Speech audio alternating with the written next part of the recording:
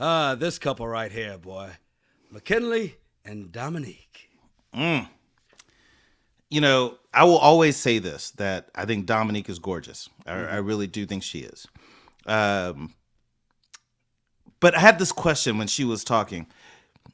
I think it's great that she has this close relationship with her mom. Mm-hmm. But, you know, if you were in your early 30s and single, how do you feel about a woman that talks to their mom that much?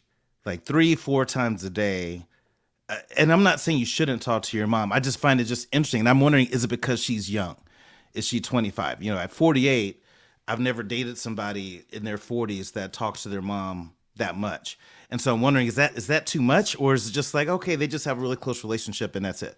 I think it's just a close relationship because I think, especially in the 25, and, you know, she's not this homegrown, stay-at-home, quiet 25. She's a wild child, okay? Even her friends were like, oh, no, you've done worse things with a stranger than get married. Her friends, who are very bold and confident, were also very honest in what they were saying and put her business out there. So I think it's really and truly just that her and her mom have a close relationship. And there's nothing wrong with that, man. I mean, there's certain things... At least we'll have to see more to know if there's an issue there. But I think, yeah, exactly. It's like I am Nessa Four says, you know, mom's the homie. And I think that's what it is with this relationship. You just never met anybody who was that cool with their mom because their moms used to beat them. How did Chris say? Black mamas. Well, I'm curious to hear more about her dating history to see why no one commits to her.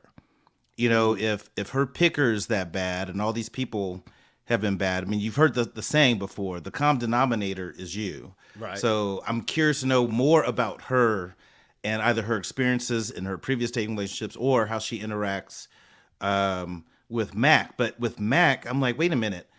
You moved from Flint, Michigan to Nashville, Tennessee to find love. Mm-hmm. You had your own cannabis business. And then you moved to, and I'm curious what the cannabis business is, because is weed legal in Michigan? Medically, I think. But the thing about it, he's always talking about his cannabis business, right? Yes. That's exactly what it is. I'm just trying to figure out, is he white boy, Rick? Well, he's wiping down that vet. I'm just like, you know, because the cannabis industry, it's a cash business.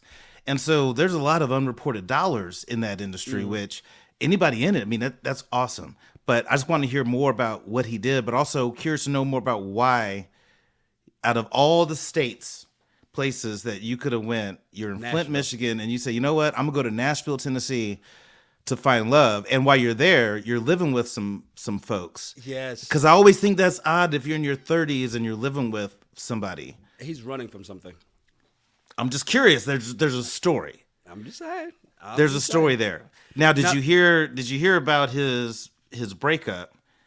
Because I wonder that dump, he got dumped pretty badly. Was that why he moved to Nashville? Yes. Is that why, like, you know, I got to get out of this town and do a fresh start, which is a good reason.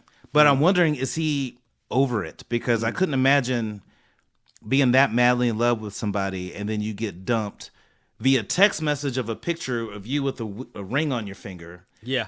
You know what I mean? Like, and I've been dumped before via text. The shit sucks, but I couldn't imagine someone saying, hey, look at this. No, I'm getting married. She was ruthless. Yeah. She was ruthless.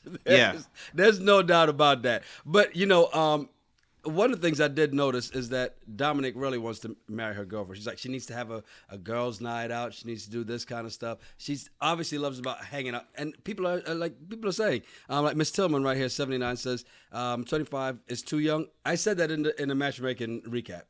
She's too young. That's why they're not going to make it. She's too young.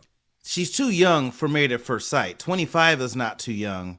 I lived in the Midwest, and people when they walk the stage at college, the next weekend they're getting married. Okay, you know, you got to specify which Midwest, because Michigan's in the Midwest. Michigan's kind of a shithole Midwest. It's totally different. I'm talking about like Kansas Midwest. Nebraska Midwest, good, wholesome Christian people.